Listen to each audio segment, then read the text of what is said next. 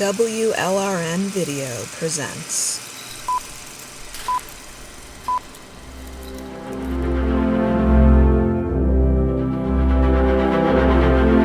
Welcome to another extended WLRN interview. The following interview you are about to hear is conducted by WLRN member Mayor Safina and host Joey Brite from the wildly successful gender-critical online event entitled Can I Get a Witness? Joey details what she's been up to since that event and the acts of civil disobedience taking place around the USA at various pediatric gender clinics she has been orchestrating. More than just protests, Joey and other concerned citizens are taking to the streets to raise awareness about the medical malpractice all too common in the pediatric gender clinics around North America. Listen now. It. So Joey, thank you so much for joining me today and for agreeing to chat. Can you briefly tell us a little bit about the work that you're doing right now?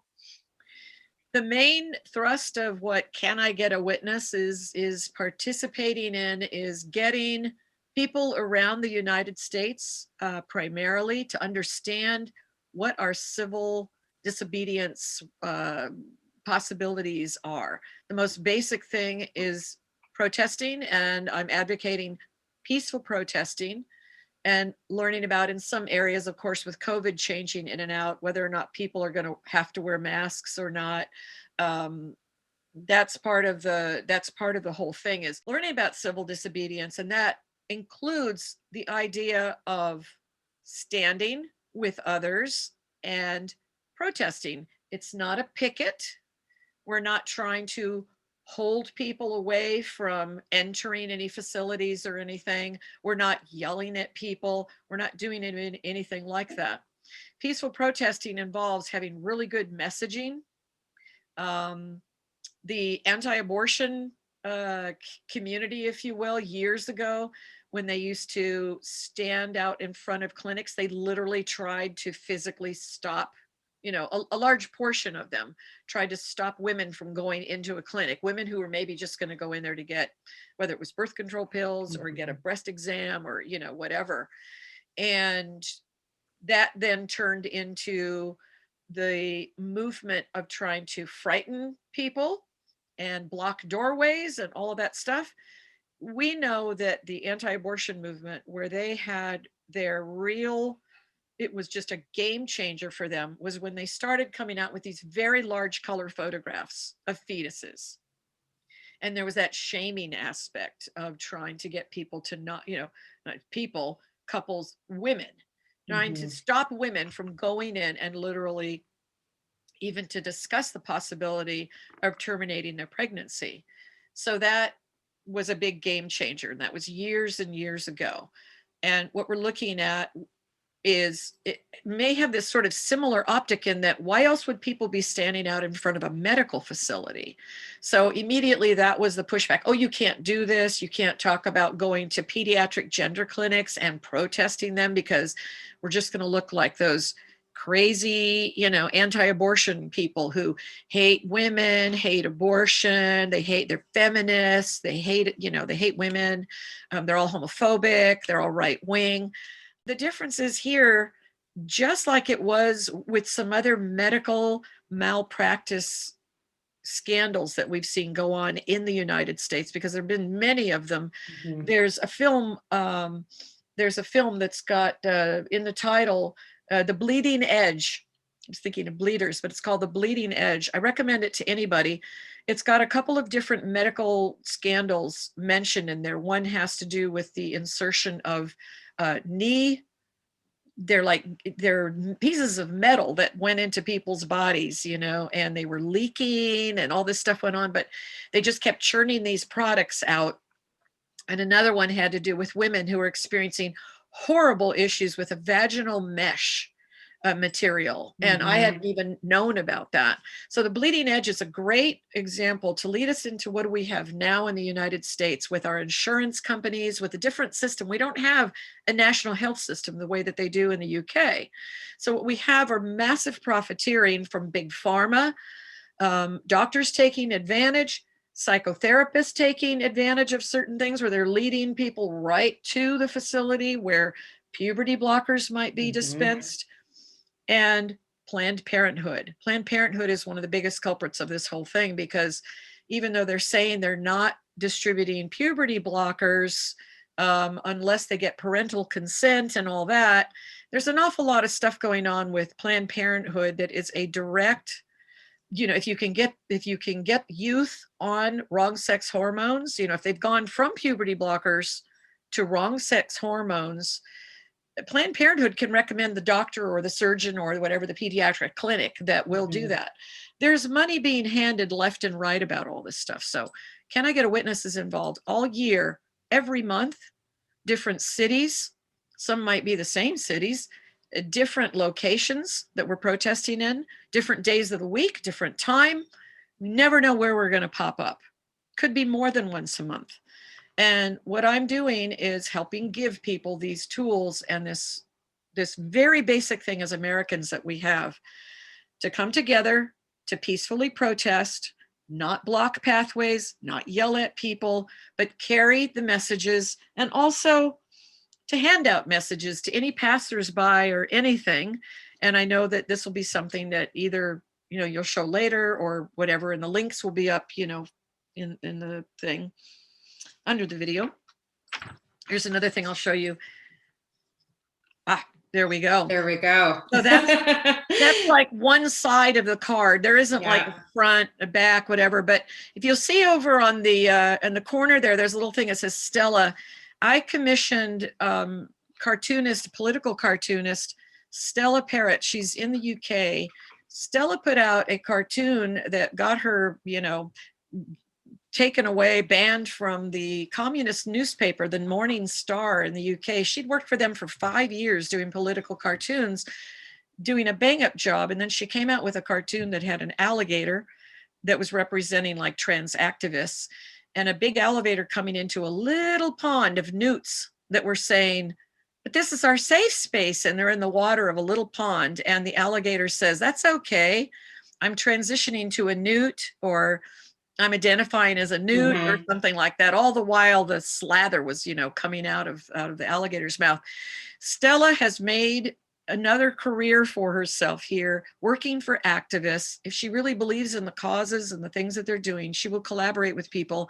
In this rendition that she's done here, this was exactly what I told her I wanted. The colors of the trans flag on some sort of a curtain, looking into something that is going to turn anybody into a lifelong medical patient. She took actual bottles and looked them up online, and then made this rendition here with what we're looking at, an enormous needle. With anybody that knows women who are taking testosterone, it's a very large needle that they are usually injecting into their thighs. So that was one thing. The estrogen pills, quite often that's what's going on. So pills or liquids sometimes. The Lupron is a product that was designed to men that were sex offenders to basically it's chemical castration. It's never been okayed on any medical level for what they're using it for, which is to block puberty from even occurring. So you can imagine having a child that's, 10 years old, 11, 12, 13, and they're on Lupron. Their growth is stunted. It affects bone density. It affects how our brains actually operate, how we think, the development of so many things. If you get that suppressed prior to entering puberty, and then you get put on the opposite sex or the wrong sex hormones, your body has not developed naturally. And that's where we're seeing thousands of what are called detransitioners now, realizing the damage that may have happened to them, depending on what age they were. So that's one side of the card. And this is a handout that when passersby at our protests, they reach out of the cars, they're walking by, on the sidewalk, they're coming up, and there'll be a person at all the protests, literally hands them this 5x7 card. The back of the card or the other side of the card, if you can bring that up. I will. Has some more of the messaging that we're looking at. And I'll start reading it as you are ready to bring it up. Hold back the curtain. And the reason for that is this whole thing around transgender ideology. This is not a civil rights movement. This is what it's been. That's gotten all the liberals and the lefties thinking, well, I'm so woke and I don't want to oppress anybody. It's not a civil rights movement. It's all about the money. This is an extremely well orchestrated, for decades, campaign about how to disassociate us from our bodies, our very sexed beings. Jennifer Billick is probably, arguably the one of the biggest exposers of this, and who's behind all this. These very wealthy, predominantly these white men that are behind this. Many of them are transhumanists that are behind this whole thing. So when you look at Stryker, and I've got the gold bucket there, this is again asking Stella to come up with something that was going to be a card that I was going to hand out, and I wanted it to be around the drugs to the money. I will tell you that this writing on here that says puberty suppression hormones have never been approved by the FDA, not for this purpose of blocking puberty. There are long-term effects of all that, and combined with going on the cross-sex hormones, at some point, if a 23-year-old young woman wants to decide, she's gone off of the hormones, she's already had a double mastectomy, now she's decided maybe she wants to get pregnant, she may not be able to. Mm-hmm. She might be sterile at that point. Same thing for a young man who's decided to be on estrogen for years and years. His sperm may not be fertile. And that can be a real wake-up call when you're in your 20s and, our brains haven't even fully developed. Right. 25 and up. But since I created this card, I have the number over 35,000 girls on GoFundMe want their healthy breasts removed. It's closer to 40,000 now, and it's something that Jennifer Billick will be reporting about. But for anybody that's wondering about this, we always saying follow the money. It really brings it home, especially for parents who are the first ones hit besides their children getting sucked in and indoctrinated, mostly online through different kinds of tech, forums like Tumblr and TikTok and even Facebook and all these different, with Discord and Slack. And they get into these groups and they're told they're trans. Mm-hmm. And it's become, then the social contagion, has spread and all of that. But the medical industry and these people with a lot of money that are hooked in with Lupron and all that, they're the ones that are really standing to make all the profits. And unfortunately, we are seeing insurance companies making lots of profit off of this. As I state here, that as of January 1st in 2021 in California, there is no age limit for girls to have insurance companies pay for their healthy breasts to be removed. The age used to be 18. So that's what I'm involved with. Mm-hmm. That's what I'm getting, this sort of what's become a community of people who like to be part of this Can I Get a Witness? I started out with a conference last year. I made connections all over the world. People created their own projects. They're doing things that a lot of them are underground that people don't even know about. Mm-hmm. I had been having in my mind for a long time that I wanted to do protesting against these pediatric clinics. And I wasn't sure how I was going to locate all these places. And then along comes somebody with a big, big tech brain. I don't know if you want to bring up that. I will, yes. Our gender map. So, yeah, the Gender Mapper is a project that many people now are working on. And they have located, it's a global project. I've shared this one with you because the United States, as we know, is huge. It's 3,000 miles across and another, 2,000 miles or something between south to north. All of these dots represent different things. We started out in Boston, where there was a protest on Saturday, May 22nd, just happened when you and I are recording this. I know it's the next day. in Boston, the Boston Children's Hospital, in 2007, that was a gender clinic, and meaning that anybody pretty much 18 and up could go in to have a so-called sex reassignment surgery started to happen. So it was one in 2007. 10 years later, in 2017, we had about 55 that were found. Where we are now is closer to 800 spread all over the country. And I would say North America, because we're getting into examining what's going on in Canada, which is the first place to start with self-ID, by the way.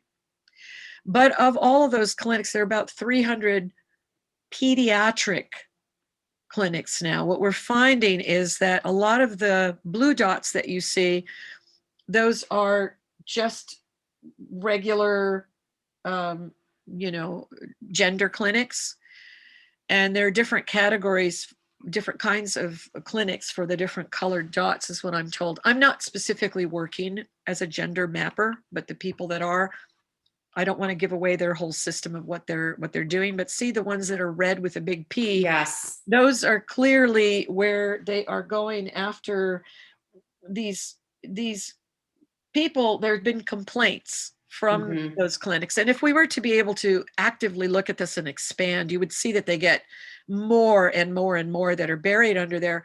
What they're finding just in the past few months is that a lot of these gender clinics that were 18 and up, they really have become predatory now. They are becoming pediatric. Now, pediatric can mean 17 and under or 16 and under.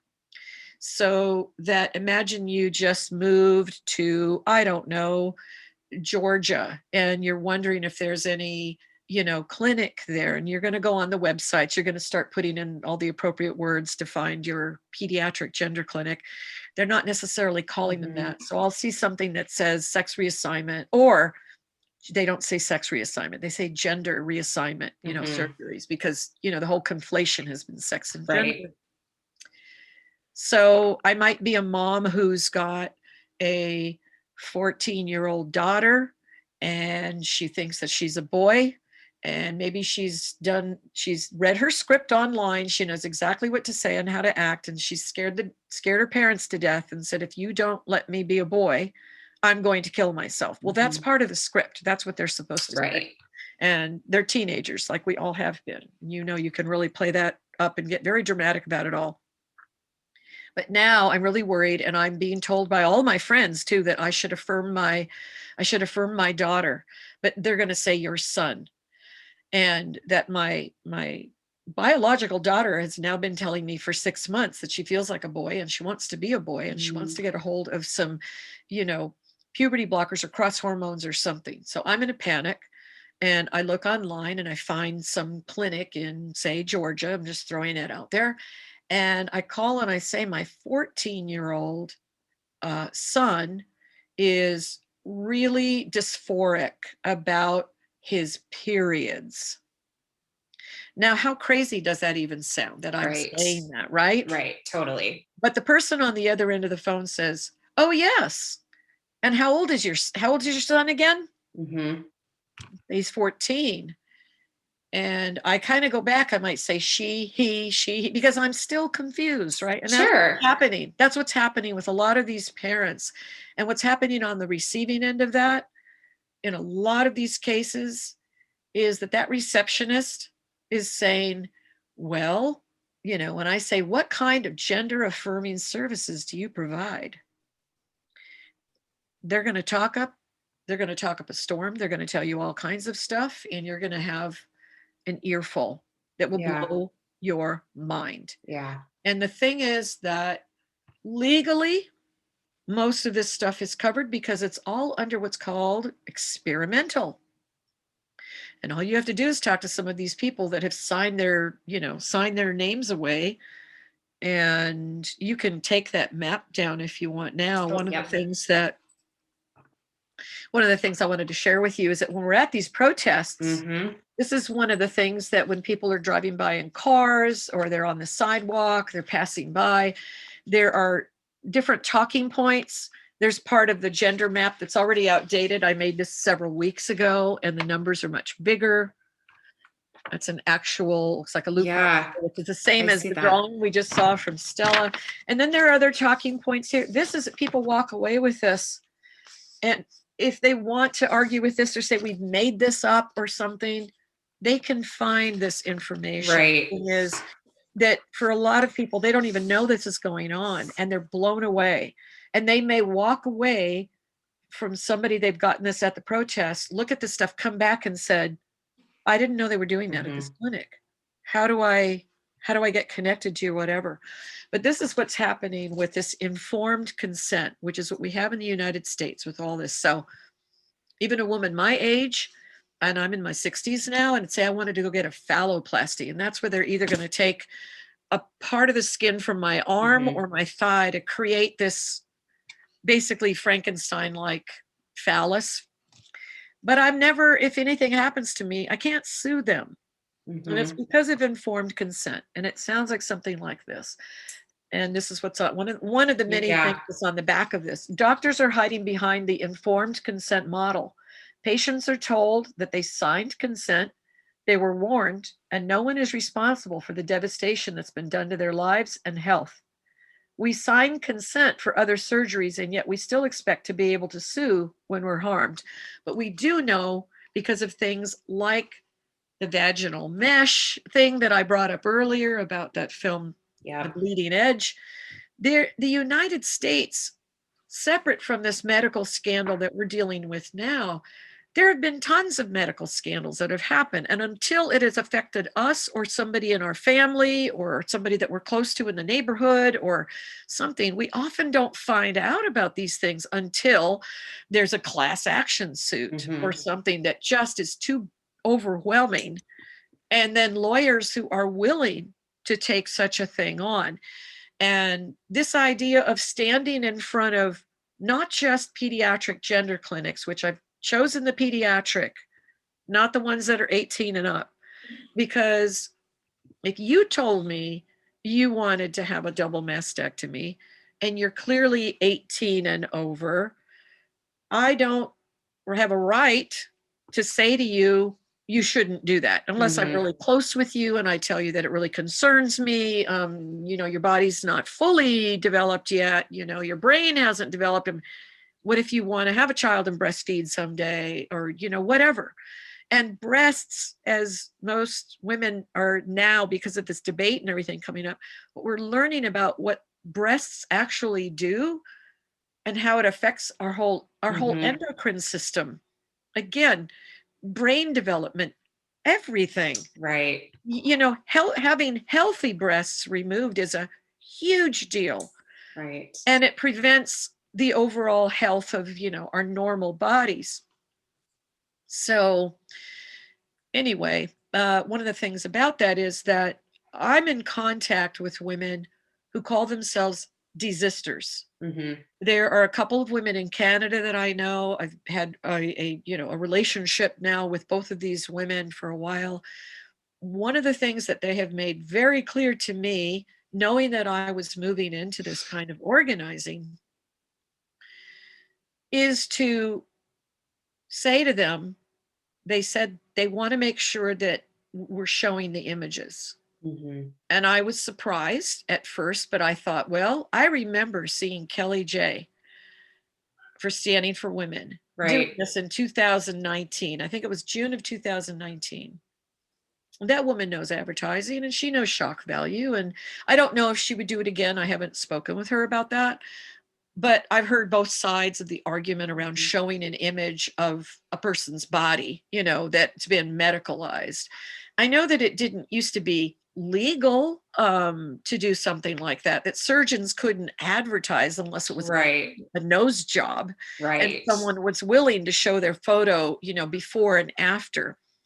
There's a lot of debate about this, and I'm not saying that I'm not going to lay down and say this is right and this is wrong, but I do know that my philosophy, when I saw Standing for Women do that, I went, that and Our Duty, that was the other group out of England. Yeah. These were huge images. One was of a phalloplasty, another one was of a double mastectomy. And we're talking like 4 foot high, 3 feet wide or bigger images in color.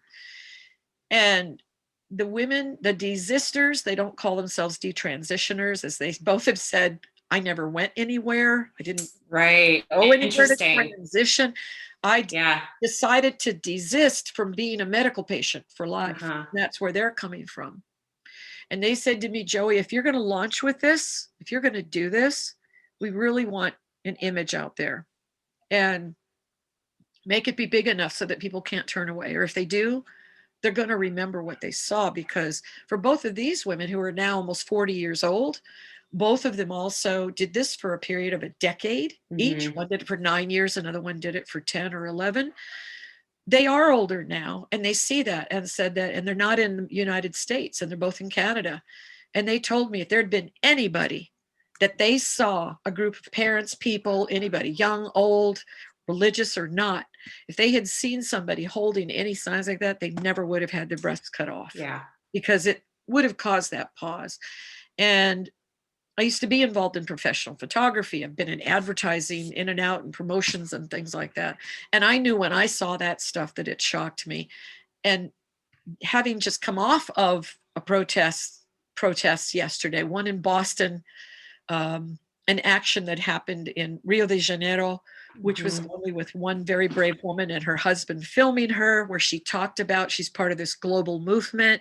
Mhm. And then in Washington State, where there were the group that's happening there, it's bigger, and they had a couple of different images with double mastectomies, and they told me that people were driving by, slowing down, hooping and hollering and thumbs up, that they got more positive Yeah. than they got any pushback.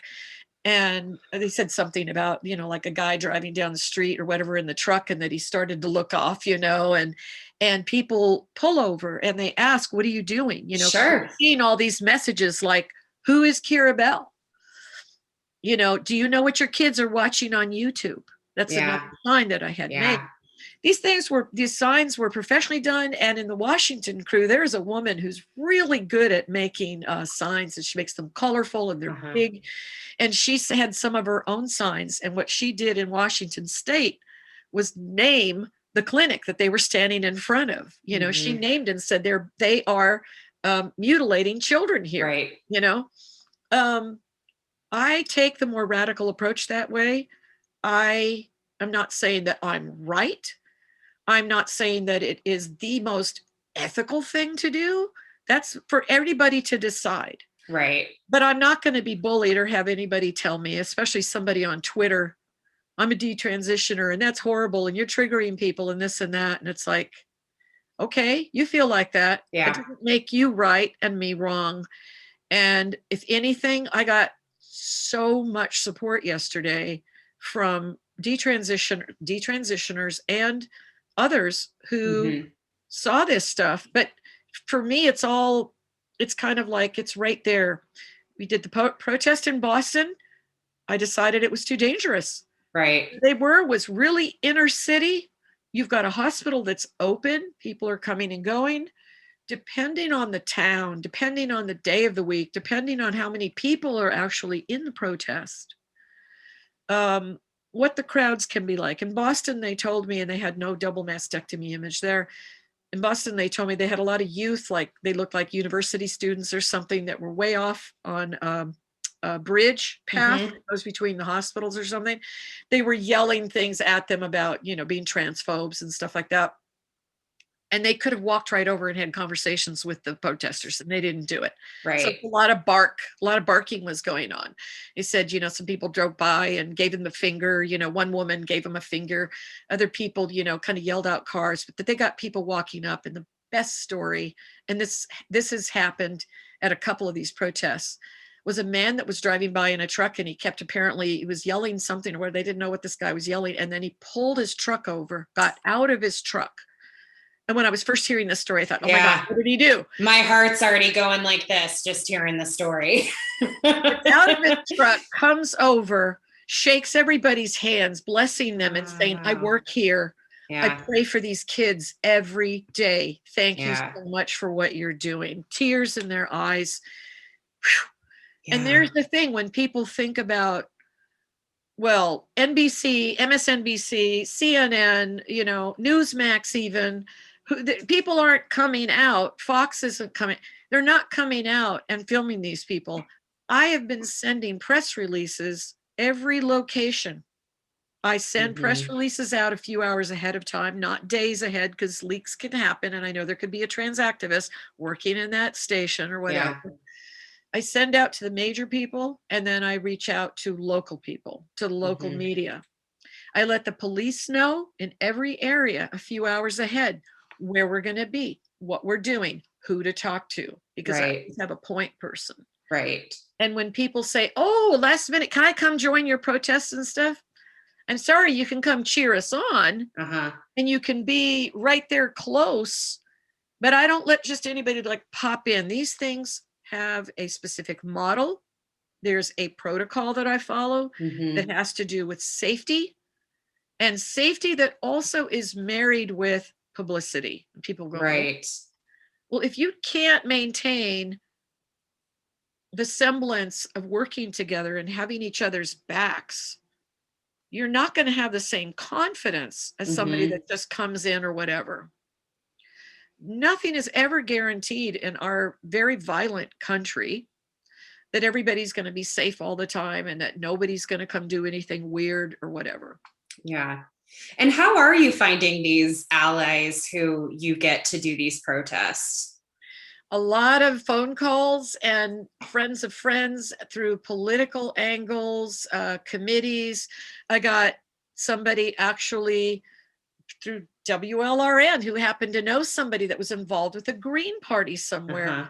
And this dude came through who's been a seasoned activist and is feeling very concerned about his party and why that's being captured, just like every party is being captured. Again, this isn't about Democrat versus independent versus Green Party versus Republican. It's all about money. All about the money and lobbyists. And so finding people it's a lot of word of mouth. It's developing relationships like this. Yeah. Much of it started when I was developing the relationships that I did for this idea of doing the Can I Get a Witness conference, which was an idea I had in April of 2019. When I got kicked off Twitter, I went, what do I do now? We need to have a conference. And I had just a very old school conference in mind in the San Francisco area. Yeah. And in my brain in April of 2019, I thought, if I do that, it's going to take me this much time to find a place. It's going to cost me this much money. I'm going to think of who the speakers are. How can I fly this person out here? I'm going to have to charge. I'm going to have to create a company in order to, all this stuff went on. But I thought August of 2020, that was in my brain in April 2019. And of course, who knew? Everybody knows now what happened in March. Exactly. And when that happened, I had to find somebody that was a tech person like you to help me run the board, as they say. I mean, I worked at radio stations. I have done editing for local television, things like that, way back in the day with half-inch black and white reel-to-reel videotapes. Right.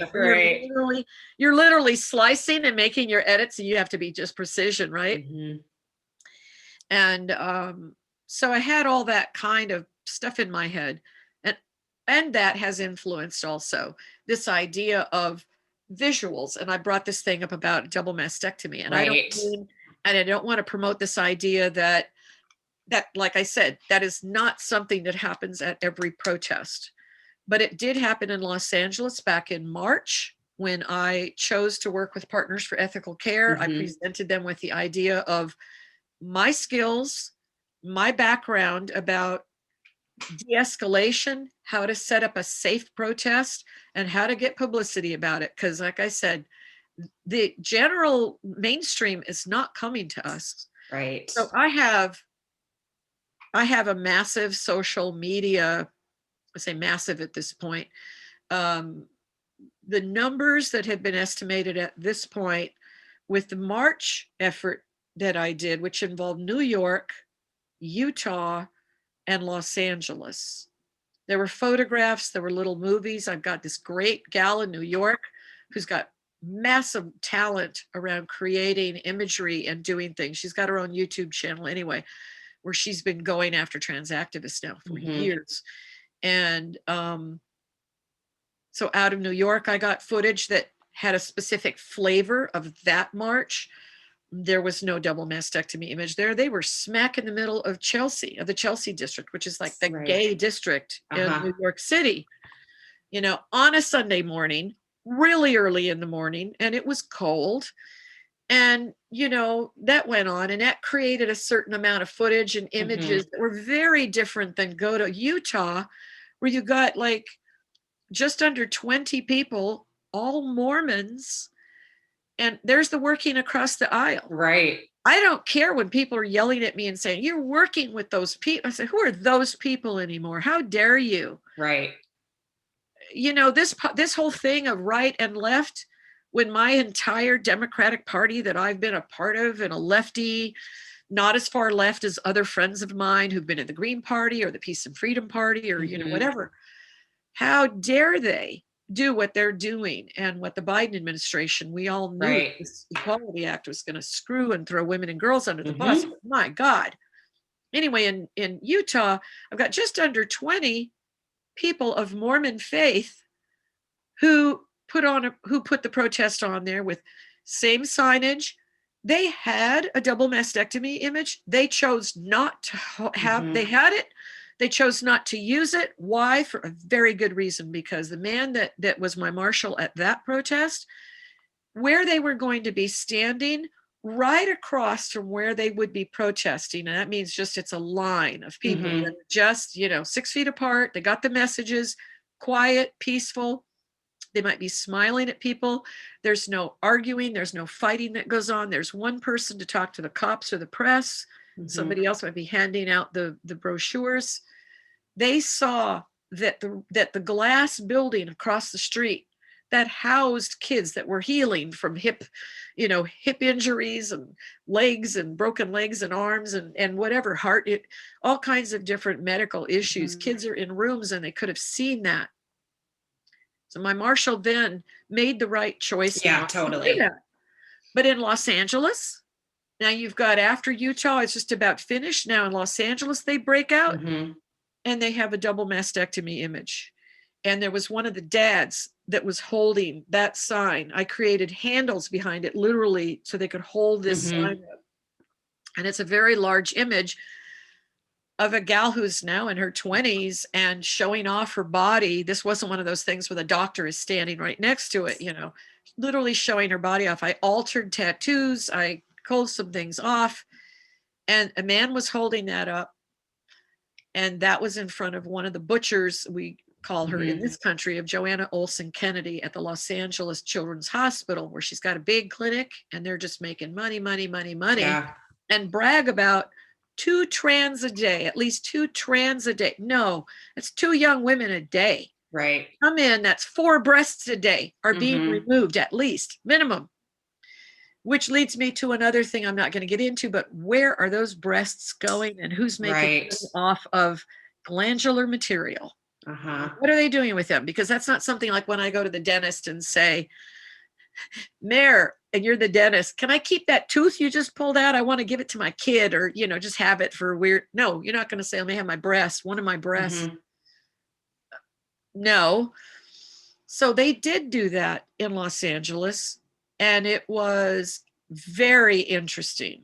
I'll just say interesting at the time, because again, that's the first time in this country that has happened, and it got visuals, you know. And the thing is, and here's the good story out of that, is that one of the moms who I spoke with and I had met on the phone weeks before the protest, we were just talking about all this, the craziness and the madness about all this stuff.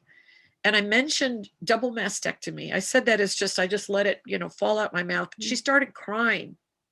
And I immediately felt guilty. And I said, I'm so sorry, because of course she's dealing with this in her own family. She's devastated. The devastation that these families, their siblings of the kids that say, I'm the opposite sex now, how that affects the whole family history and everything that people don't want to talk about. They don't want to look at the whole picture of this. That's why these parents who need to be heard, their voices, the articles are coming out more and more and more. Most of them can't give their real names because they're going to lose their jobs. You are listening to WLRN.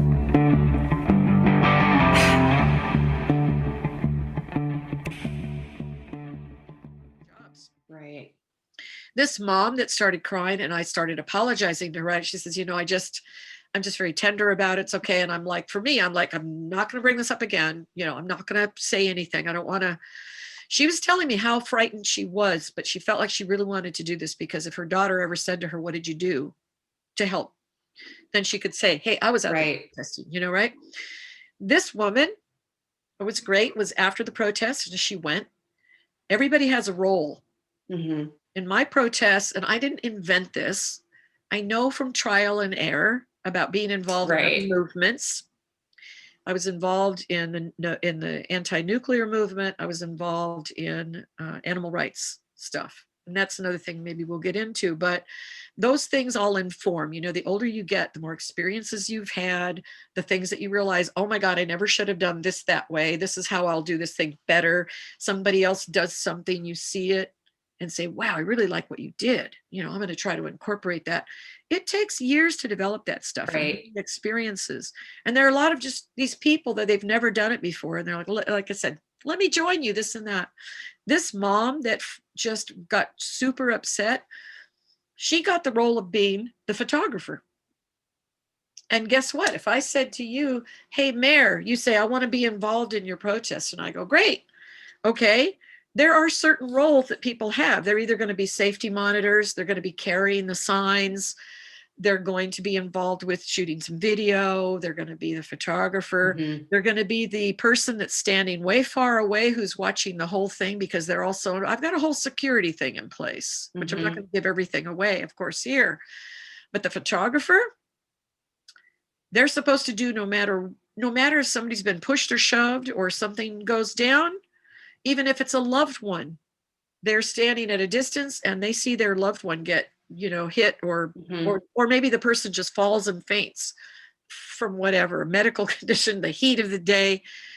Their whole job, keep taking pictures because at that point, it's like a war journalist, it's like a photojournalist in a war scene or whatever. I don't want to say it akin to a war, but I mean, anything that can get you going, that person has to keep taking pictures. So all of a sudden she had that job and she's never done that before. Yeah. I talked to her about it a little bit and the other people, her people, like I said, I try to build teams, not just protesters showing up.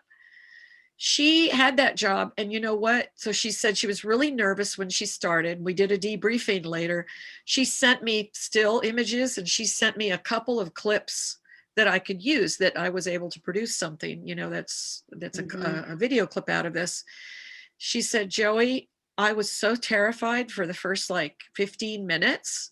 And she was moving her camera. And then she said, I went from being really nervous and I wasn't sure exactly. I tried to remember what you told me about what to take pictures of and all that. But then I went from being really nervous. And when the camera went over the dad that was holding the double mastectomy sign, she said, I was so angry. I wanted to give up my job and run over there and take that sign from him. And I wanted to show it to people. And it was that's where she went. And it was like, whoa. And she said, when's the next protest? Oh, that's amazing. And so that was her response to that. Yeah. You can say that that's a right or a wrong response. Exactly. It's a mother who's losing part of her daughter, literally. Right. And to have that kind of reaction, and go back and you asked me about how am I recruiting people and stuff. Yeah. That's word of mouth. And so exactly. that woman is trying, just like the other men and women that take part in these protests, they might find one person. Right. That they are involved with the same thing that you may know people, even yourself might be involved in that. If you reveal that you're even willing to ask questions about this 2 + 2 = 5 world that we're living in, you're risking losing a job, you're risking losing a family member, you're risking losing a lover, you're risking losing your kids, you're risking losing your neighbor, you're risking losing a friend you've had for 40 years. I know people and have heard stories that are all devastating. Yeah. Just devastating, the losses. But it's word of mouth mostly, and then it gets to where they've introduced me. Like if you had a friend and I say, introduce me, next thing I'm on the phone with them or I'm doing a Zoom with them. Right. So there's some vetting there that happens too. There's a lot of vetting. Yeah, good. And there are weeks that lead up to them even being in the protest. And one of the things when I was working with this organization that wanted to start to review what it was that I might change, or I might say, particularly if I said, that person, that I'm seeing in the Zoom right now, like if I was talking with you and you said, I'd like to do this. And if you revealed to me that, you've got a bit of an anger issue and not that you like it, but you'll try really hard and you'd like to be in the protest. And I'd say, well, how does your anger work out? And you go, well, this guy at the store really pissed me off. And I know I shouldn't have done it, but I hit him. I'd be like, okay, Mayor, I'm sorry, but I just can't. I can't have you in the protest. Probably, and this has happened with a couple of people. They go, you're right. I like the idea of it more than I feel like I can trust myself. Yeah, that makes sense. And that's okay. But then you could turn on me later and then go in social media and say, Joey Brite made up all this shit about me and said that I couldn't be part of the protest. Right. I can't stop that. And I'm not going to try to, the thing is, our reputations follow us. There are certain people. My thing is this is not about a popularity contest where I see everybody's going to like me. Right. I am very much into deconstructing things. I'm always asking questions, not just follow the money, but what are the reasons behind why this man or woman made this decision, or what they're doing, or how they're doing it. And people know that I have that kind of eye. So sometimes it can be like, do I want to tell Joey that thing? And now because of the articles that I've written, people are contacting me about all kinds of very strange things that are going on in different, parts of the community that even the feminist press doesn't want to cover. So I've already noticed at this point, how many protests have I helped to either come up with the idea, or I have specifically orchestrated every aspect of it except being there. Right. And that's been February, March, April, and May. I got 4 of these now in this, all except for January. I got 4 of these under my belt. We've had different cities. I've already got 2 more cities committed now for June. I'm looking at one in July that might be brand new. We literally technically went international with the one yesterday because of this wonderful journalist who's there. And she's been part of this community of fighting the trans activism because she's a mom. Right. And she's an activist and she's a feminist. So anyway, it's a lot of different methods that go on, and there's training that goes on, and it's a lot psychological.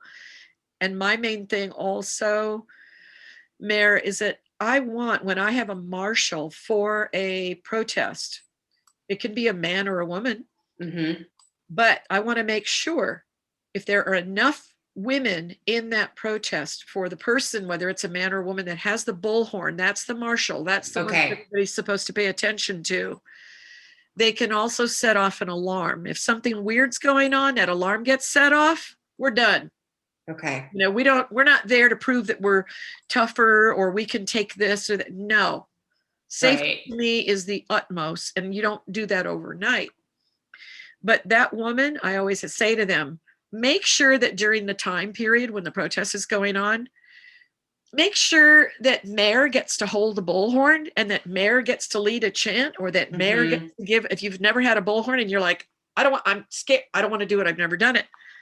You're going to be urged to do that. Sure. And the moment, especially for women, that they get a bullhorn in their hands, even if they go, hey, USA. Yeah. That, even if they were never cheerleaders in high school, or even if they were. Right. giving voice and how that goes through the body and how that turns into the potential for leadership. That's the other thing that I want to do. I want to grow a team. And there, like I said, there are mostly women, but men. And now the one that I just had in Washington and in Boston, there were more than a couple of men involved. There are always going to be more women, I think, but men are finally starting to go, wait a minute. Yeah. And so, yes, and that's been interesting to have men and women working together on this.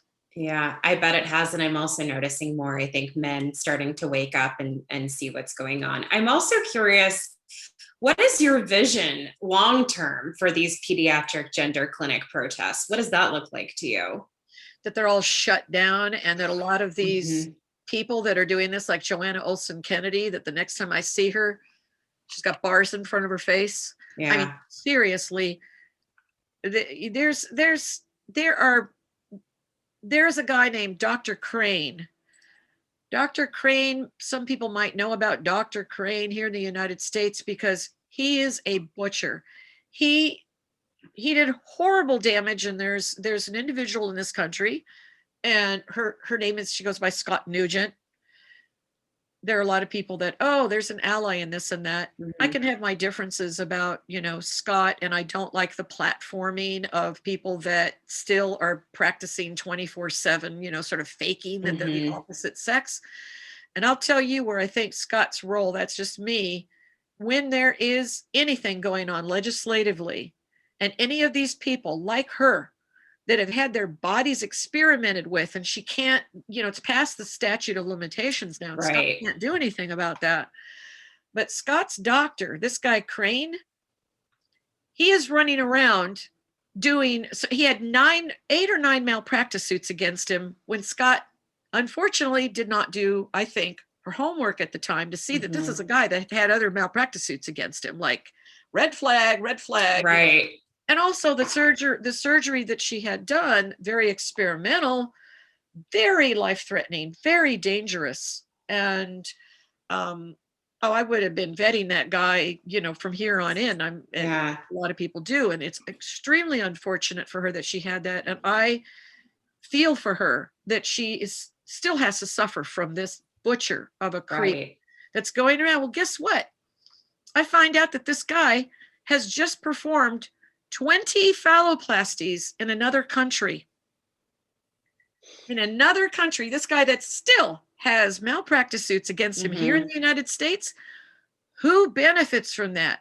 Why is anybody allowing this guy who's butchered people here in the United States, and he's getting paid and flown to do this same procedure that he did with Scott? I'm assuming, I don't know if it's the exact same one, but phalloplasties. Yeah. What the hell are we doing? And America has always done with our medical system. Like I said, I go back to that documentary. I go back to the vaginal mesh. I go back to when they were starting to experiment, and I don't think they had long drug trials with the birth control pill. I mean, there's a lot of stuff that we do. It's just about money. Right. Again, we don't have a national health system, overseeing everything. But the FDA that's supposed to oversee things here, like Lupron,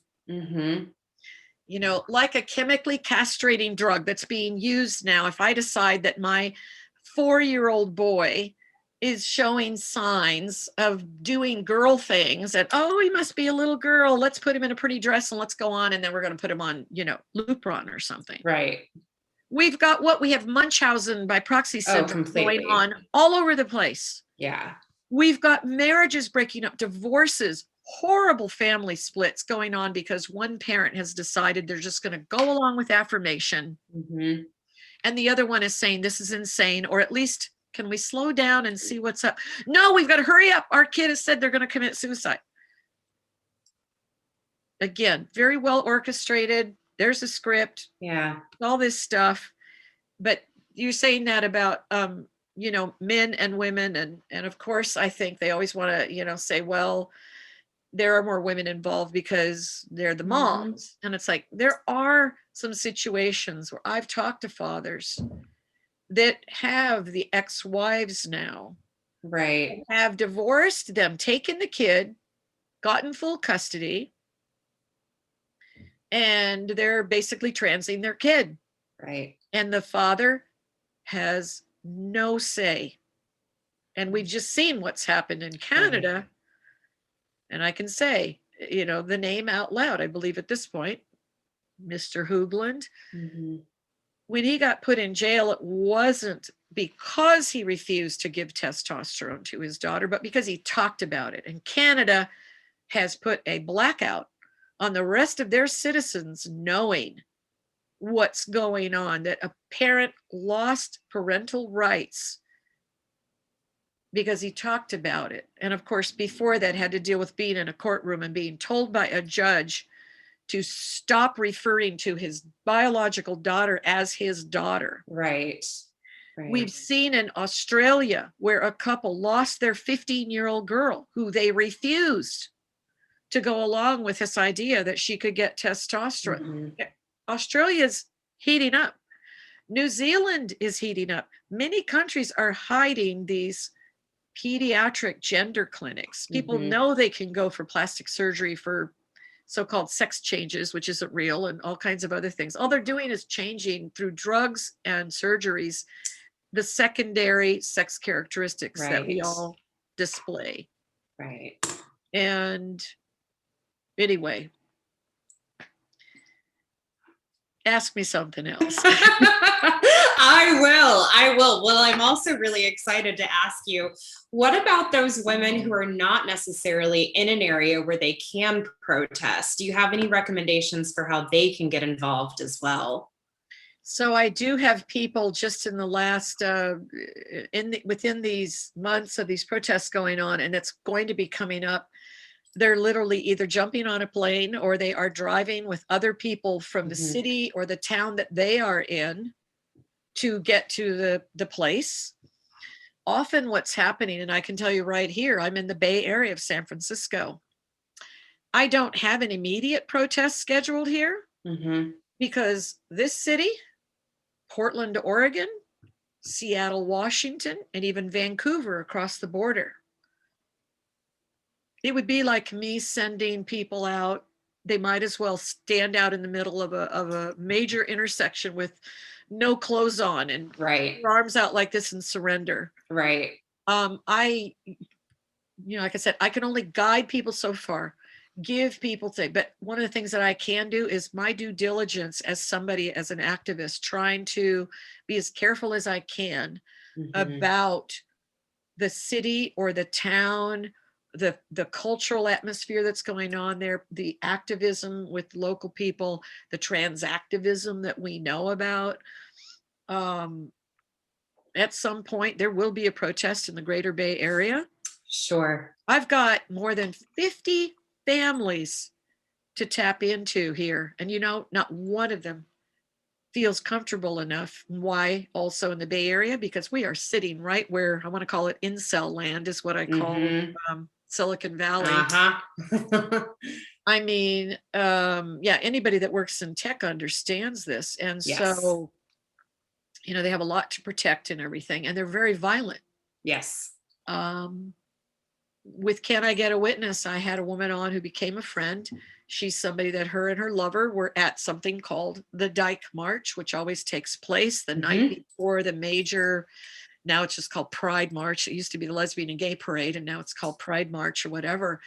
But they were attacked at the Dyke March in 2018. I mean, physically knocked to the ground just because one of them had a sign up that said something like, "Change society, not your body." Right.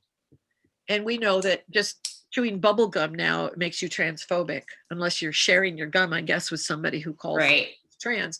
We have to invite everybody into everything, which eliminates boundaries, right? So the thing that you said to me, what was that? What was the please bring it back to me, because I know that I've wandered here. It was more around, what about the women who aren't maybe in an area where they can protest? Right, the geography. Yeah, So exactly. They are coming, driving cars, carpooling. But why I brought up San Francisco, thank you for bringing me back there. Because if they are in a town like San Francisco, where I'm saying, no, I'm not doing a protest tomorrow here, that means that they are driving to where they feel like they can, and where it's been deemed as, it's always a risk, but where it's been deemed safer, and then they are away from their town, and that makes them feel better as well. Yeah. So they find out about this via either social media or a friend that connected up with me, social media, and then they've connected me, and now I'm on the phone, and now I'm doing a Zoom and all that. Right. Usually once they get sold on it, and the more of these videos that come out and the more pictures, that's why the men are so important, so that other men see that. Because in America, men hide behind this idea of bravado, that they won't get involved because they say, I'm just too pissed off. I don't want to, I might just punch somebody. And I look at them and say, you're lying. And it starts to kind of melt a little bit, they're doing this in front of their wives and their girlfriends, but I'm like, and the men that have come forward and done this, they're right on men. They're right on humans. I know that these guys, they're good with their girlfriends or their wives or their sisters or their moms, and they have good attitudes. They may not be, they may not be the most radical, feminist ally or whatever, and some of them are. So, just like the range among men. Yeah. But I need people that are level-headed. I don't care, men or women. Right. American men tend to act like, I can't go because I'll just get too mad. And I just go, I think you're not brave enough to keep your shit together. Do you think your wife wouldn't get that angry? Right. Like, why wouldn't your wife or your girlfriend? And now you're talking about your kid. And if your kid asked you later, Dad, what did you do? And then I can see sometimes it comes on their face like that, because really, to me, they don't have a freaking excuse. I joke around, buy a blonde wig, get some fake glasses. Right. Get on Amazon, buy a beard, whatever. Yeah. Whatever, because Americans have become so soft. And this year in 2021, Americans have also become terrified because of the way that we saw protests happen last year. Right. But that was a captured movement. People don't understand what happened with BLM.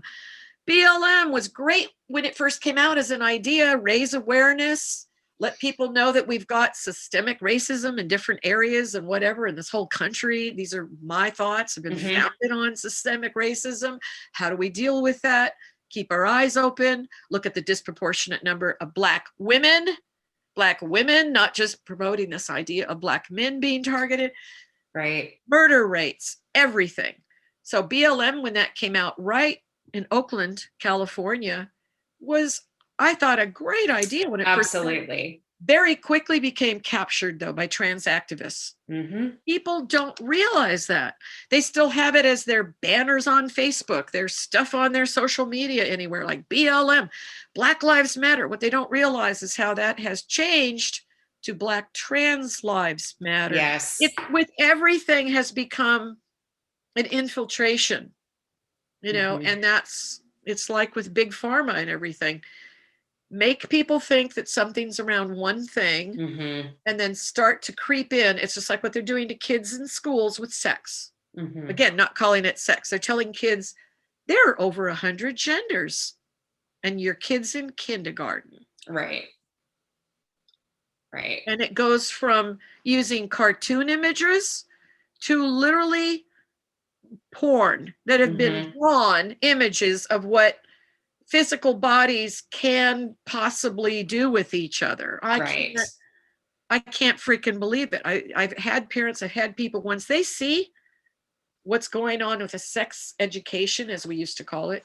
Yeah. Kids in public schools, some are happening in the private schools, but that is where people go, where did this come from? What's going on? Look at your YouTube influencers. Look at what your kids are getting taught in school. Get your face off of your own phone. Do not let your kids get babysat by the tablet or the phone or whatever, and let them just be in their room. And oh, isn't that wonderful? They're in their Zoom class right now. And you look, and the kid's in Tumblr, right, talking to that 30-year-old guy. Your kid's 15 years old. she thinks maybe she might be a lesbian, or she's been told she's trans. You don't even know it. And now she's talking to a man who's 30 who's saying he's a lesbian and he's got a lady dick. Right. Boundaries are being erased. And that's how this stuff is happening. Or a lot of parents don't want to hear how somebody like me will say, are you paying attention? Are you really paying attention to what your kid is looking at online? And they think that's an exaggeration too. They don't understand that everything you just said is actually what is happening. Or there are models in sex education classes to teach third graders what rimming is. Those things are actually happening and people don't get that. The connection between pornography and a 5-year-old being able to be on, on a tablet, right, and literally seeing pornography. And on the other end of that, and this will go back to an article that I wrote in the fall, maybe they get a hold of something because they really like Buck Angel, and they start following Buck Angel on Twitter. And Buck Angel has this very tranpaw. Now Buck has chosen this whole, Susan has chosen this whole innocent image of being like a role model. When she started doing testosterone and she never went the phalloplasty route, or it doesn't matter. She had a double mastectomy. She got into gay male porn. I know that. I saw it. Right. And I saw her in real life, and I watched my whole lesbian community. We were the first lesbians and you want to say the more gender non-conforming, the butch, the more butch women. I'm not going to get into arguing what does that mean, any of that stuff. We were targeted. Right. We were targeted back in the 90s with little vials coming at the pop-up bars, at lesbian bars, to the more butch-looking women with testosterone pills in a little container for free. Told, here, I got what you need. I got what you've been wanting. And you think about a Black community, inner city. Why was crack cocaine so popular? Because it got infiltrated in there, and it ripped out families. And that's where, when I knocked those pills out of a hand of a friend of mine outside of one of those lesbian pop-up bars with this metrosexual guy coming around with this little vial, and a friend of mine at the time that she would pop anything in her mouth. I said, what are you doing? And she said, oh, it looks good. She popped a few. I knocked him out of her hand. This guy went skedaddling when I told him, get the hell out of here. And then now I regret that, because I wish that I had acted interested and said, hey, what's your name? Yeah, exactly. Where are you from? Where'd you get this? Yeah, I didn't do it. And we look at the infiltration of where they come for people in this country, trying to get women to be sterilized. What do we have? Black and brown bodies mostly. We're looking at women.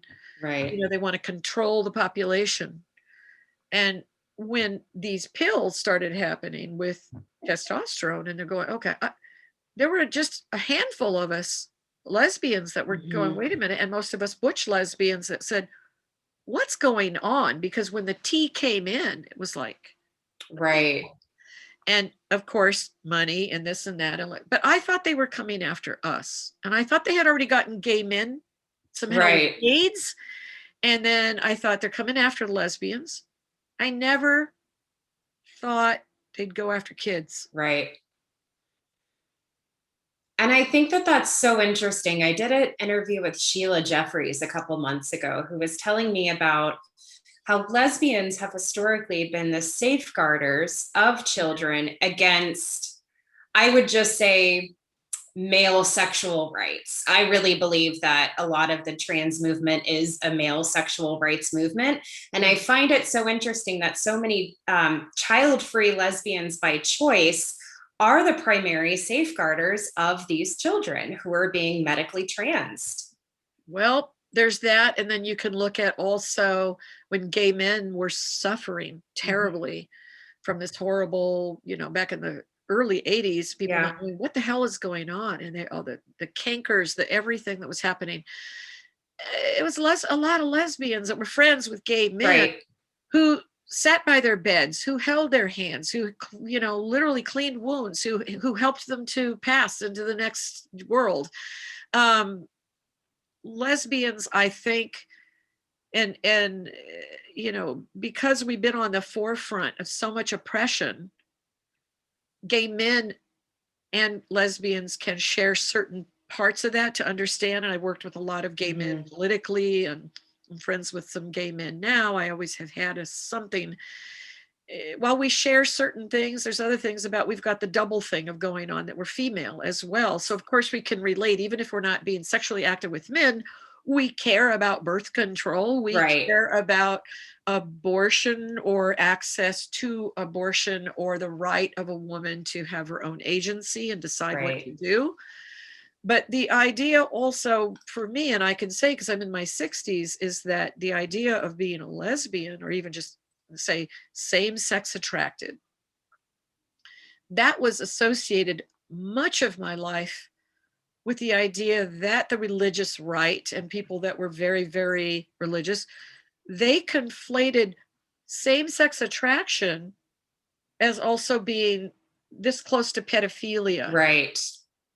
So for the majority of my life, I didn't become a school teacher because I have other friends that became teachers that were, some that were very feminine and some that were more masculine. And as soon as they found out that they were lesbians, they get fired. This is before, all the laws and this and that, but just the implication of that. I can dig being around kids. I could dig the idea of working with very young children to just be free and get rid of this gender crap that gets forced on all of us. And what would that look like, a gender-free world?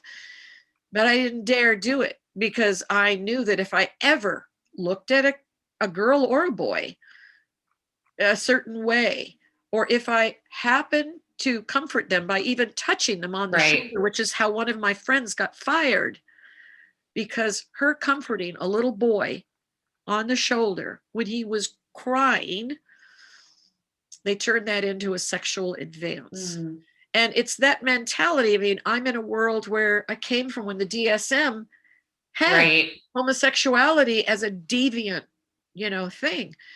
It is part of that. It is part of my other activism. It's part of all of that stuff is informed why I could sit with you and do a Zoom and talk to you and say, Mare, have you ever learned how to do de-escalation with somebody who's standing 3 feet from your face and screaming at you? So I can't divorce myself from those experiences of being really careful.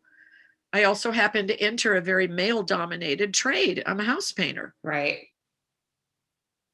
I've worked in the trades with a lot of men, and men that will tell me things they never tell their girlfriends or their wives, and I'm calling them on their stuff.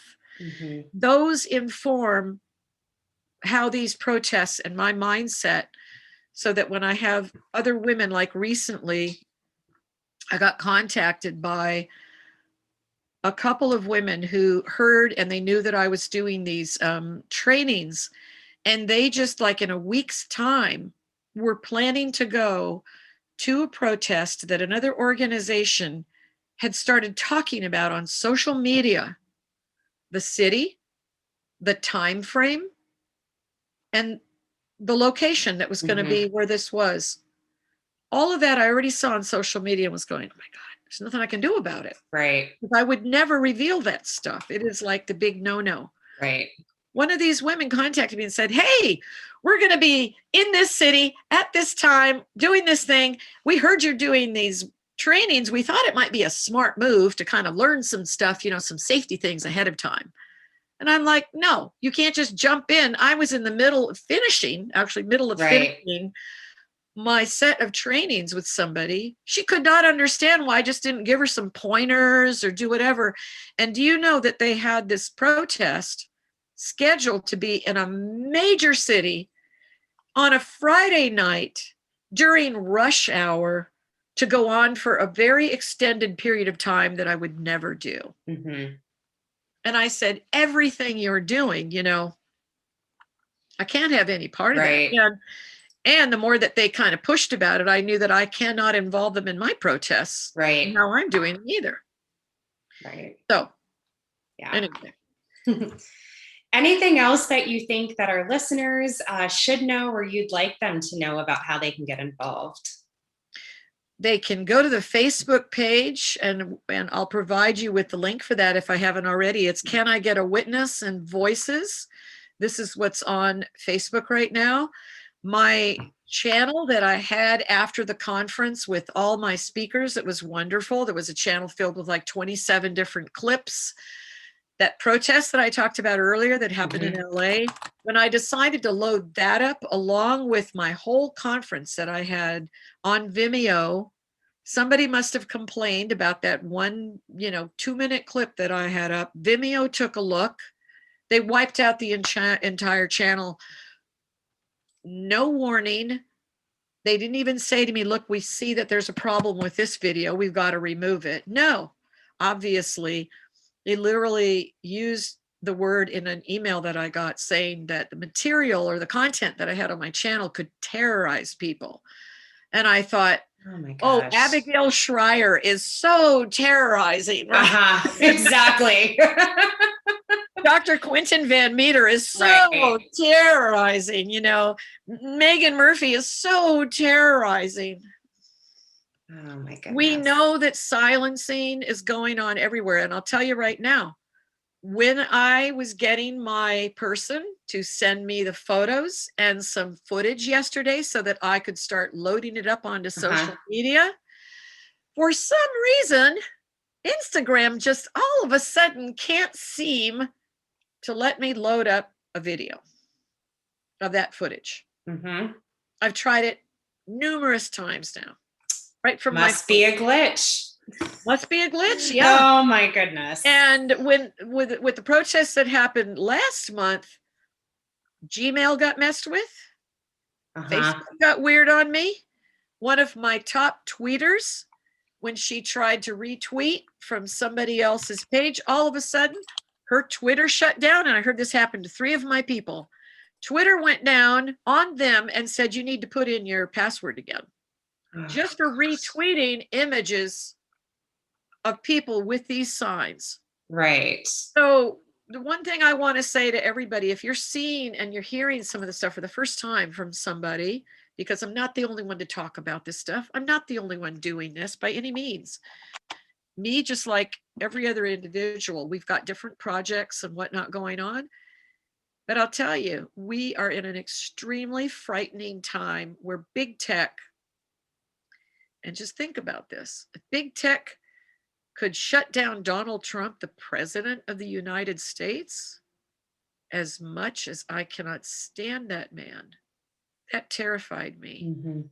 And I think it should terrify everybody. So if you disagree with things that you've heard me talking about, I could disagree with you in whatever your beliefs are about things, but I will die for you to be able to have the ability to go out in the public square or to make your video or to write an article or to talk about, bottom line, free speech. Because if you can be shut down, I can be shut down. And also, if I don't agree with you, and there are people that are on, in my camp about this stuff and others that disagree with me about it. But if Mayor, you were off and you were doing a speech somewhere and I hated everything that was coming out of your mouth and I thought it was really dangerous, I have people on my side that would say, let's throw a pie in her face. And this happened here in San Francisco too. I had a huge fight with my roommate at the time. There was a man that went up to Willie Brown while he was the mayor here, and they didn't like his homelessness policies and all that. I didn't either. But I got into fights with other colleagues of mine because they thought it was fine when this guy rushed the stage and smashed a pie into Willie Brown's face. I don't like that. I wouldn't do that. And there's another angle, who's right, who's wrong, whatever. But I don't believe in attacking people. So if somebody who wants to call themselves that they're pro-trans and they want to say that I'm anti-trans, I'm pro-woman, I'm pro-kids, I'm pro, as long as you're not hurting anybody or trying to gaslight me into something or compel me into a certain speech or whatever, I don't give a crap. If you want to, who you want to love, as long as everything is consensual, that's all good. It's fine with me. But I will not engage with somebody if all they want to do is come up to me threaten me physically, threaten my family, my friends, my lover, whoever. You don't do that. Right. Use your words, use your brain, use your writing, use the legal tactics that we have to have dialogue with each other.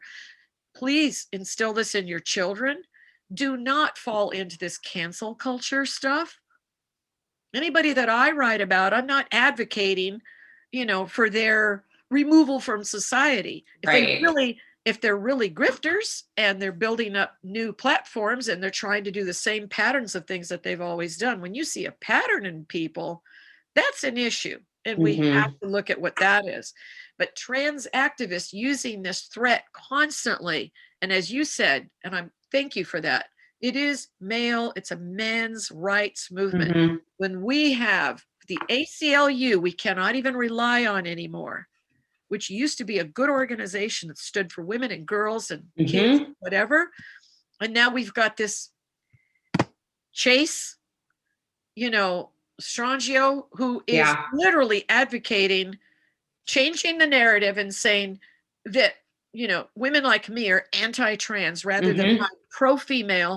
You've got a Beth Stelzer who's fighting, and we've got 35 states right now. That's as of May 23rd, okay, 2021.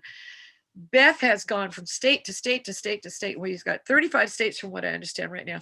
You've got a Beth Stelzer fighting for rights, women and girls, for very good reasons that have been doing Title IX for years. And you've got Chase Strangio changing the narrative around and saying that we're all anti-trans if we don't want to have the men and women's sports issue and the medicalization of practically infants at this point, because it's getting younger and younger.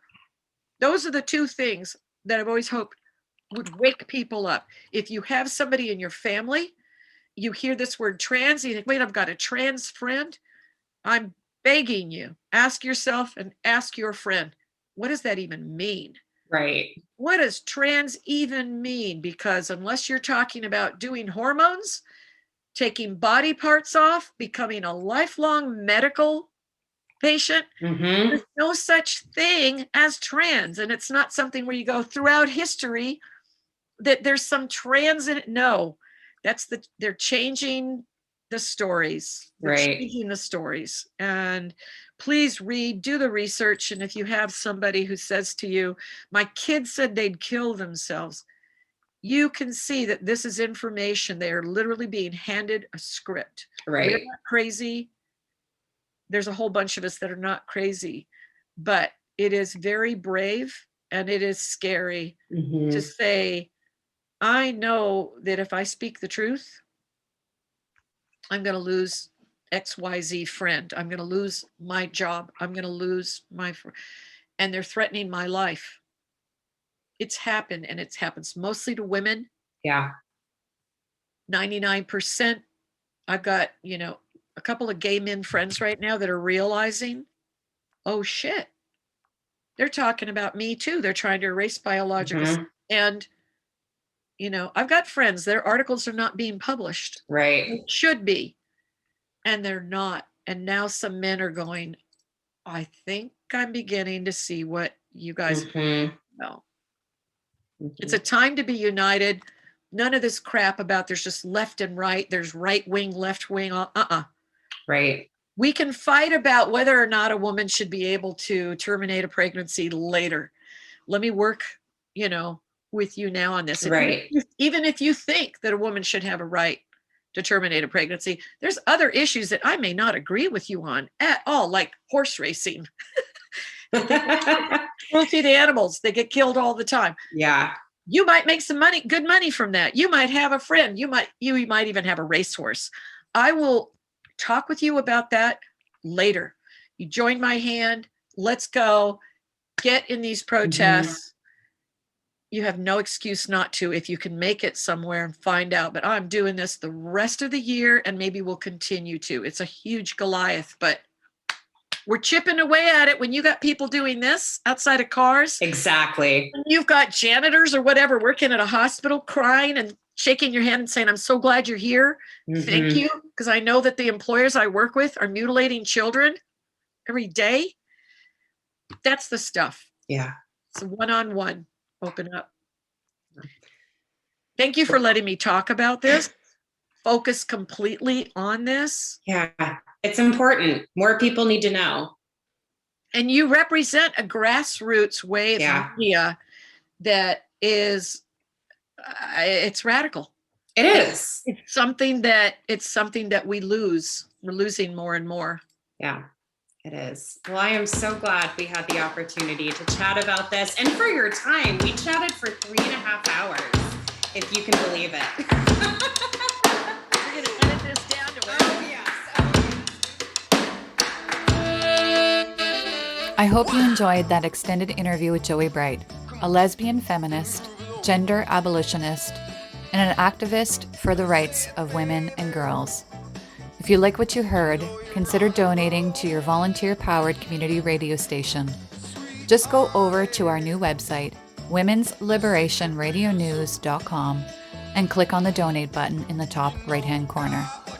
Or click on the cake icon also located in the top right-hand corner to purchase some totally excellent radical feminist merch from your original TERF radio station.